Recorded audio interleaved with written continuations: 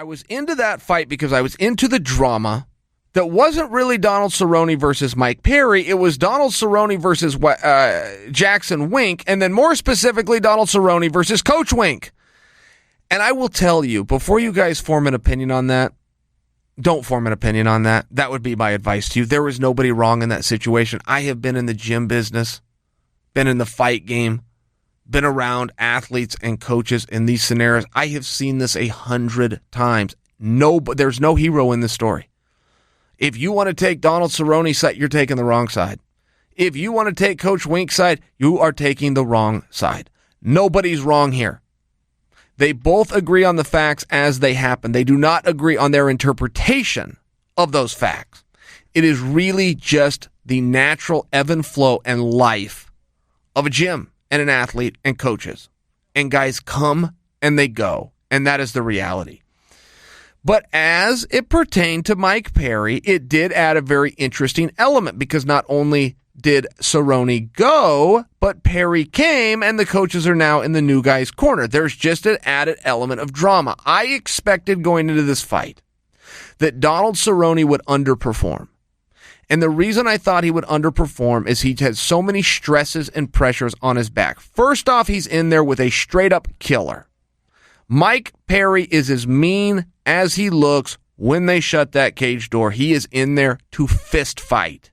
He is not in there to participate in martial art. He's in there to fight. That's just a dangerous and rough guy.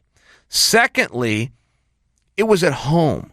It was in Denver. And there is no such thing as a home court advantage when it comes to mixed martial arts. It is a disadvantage. Believe me. From the people that are the pressures of your old classmates, your old family, your old friends that are coming out to support you, which is a wonderful thing, but you've been telling them your whole life how tough you are, and now you got to prove it right in front of them. I'm just sharing there's a pressure on that.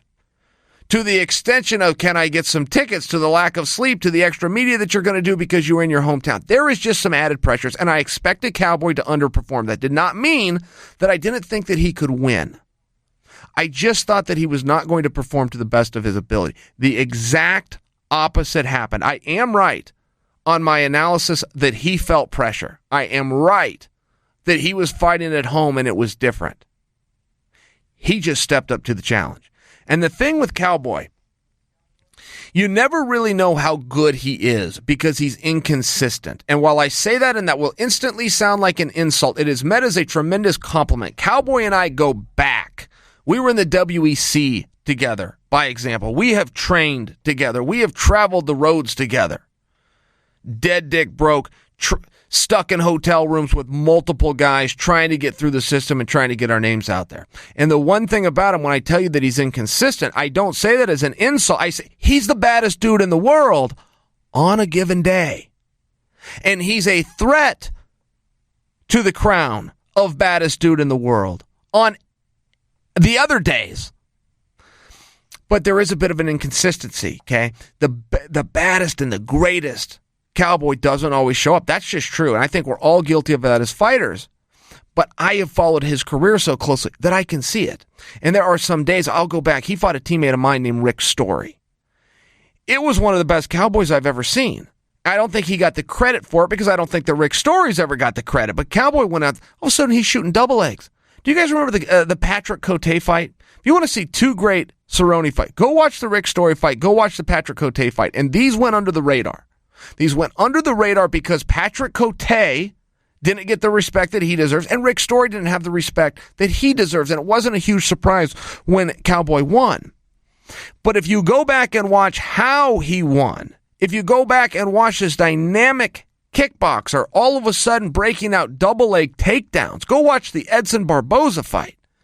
You will see what I mean when I talk about you have one of the most fantastic and polished and all-around fighters, from the feet to the wrestling to the on-bottom in the guard and jiu-jitsu game. One of the most decorated and all-around fighters. Now he's finally getting that credit, and while he didn't have the UFC championship around his waist, he now does have UFC records. Most wins in UFC history, possibly most finishes, something. I mean, he grabbed like 2 or 3 records in one night with that win. And I was very happy for him.